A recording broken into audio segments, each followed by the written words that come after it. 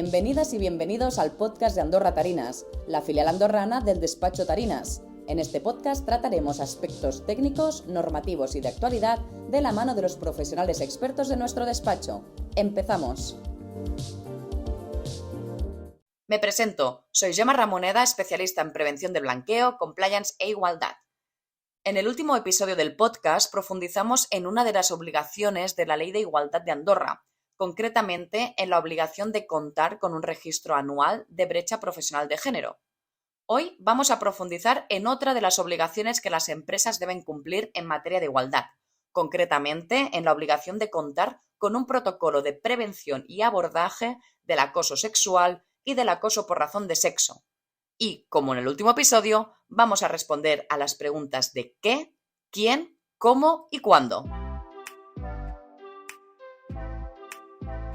Bien, vamos a empezar respondiendo al qué. ¿Qué es el protocolo de prevención y abordaje del acoso? Y para poder responder de forma clara a esta pregunta, primero debemos conocer la diferencia entre acoso sexual y acoso por razón de sexo.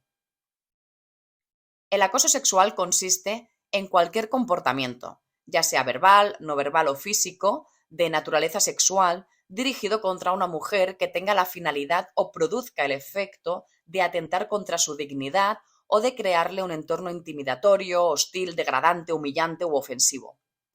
Algunos ejemplos de acoso sexual verbal pueden ser difundir rumores, preguntar o explicar sobre la vida sexual y las preferencias sexuales de una persona, o, por ejemplo, también hacer comentarios inapropiados u ofensivos sobre el cuerpo o la apariencia física o hacer comentarios o bromas sexuales obscenas.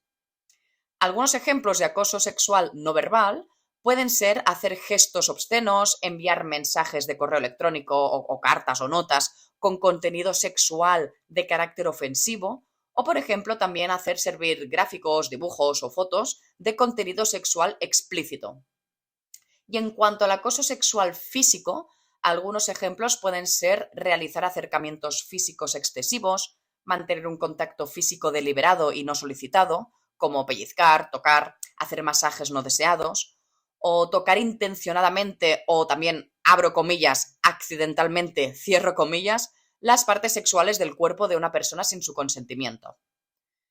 En cambio, por otro lado, el acoso por razón de sexo consiste en cualquier comportamiento mostrado en función del sexo o género femenino, con la finalidad o el efecto de atentar contra la dignidad de la persona o de crearle un entorno intimidatorio, hostil, degradante, humillante u ofensivo. Algunos ejemplos de acoso por razón de sexo pueden ser realizar acercamientos físicos excesivos con actitudes condescendientes o paternalistas hacia una mujer, decir insultos basados en el sexo o la orientación sexual de una persona, hacer bromas ofensivas dirigiéndose a una persona en concreto o utilizar humor sexista. Entonces, la Ley de Igualdad en Andorra, que recordamos que es la Ley 6/2022 de 31 de marzo, obliga a tener este protocolo, que se trata de un conjunto de medidas preventivas y de enfrentamiento a estas conductas de acoso que acabamos de definir. Vamos ahora por el quién debe contar con este protocolo, que son todas las empresas que estén o actúen en el Principado de Andorra, independientemente de su tamaño o de su domicilio. Además, este protocolo tiene que ser negociado con la representación del personal. En el supuesto que en la empresa no haya órganos de representación del personal, las personas trabajadoras pueden atribuir su representación a un trabajador o trabajadora de la empresa, elegida democráticamente.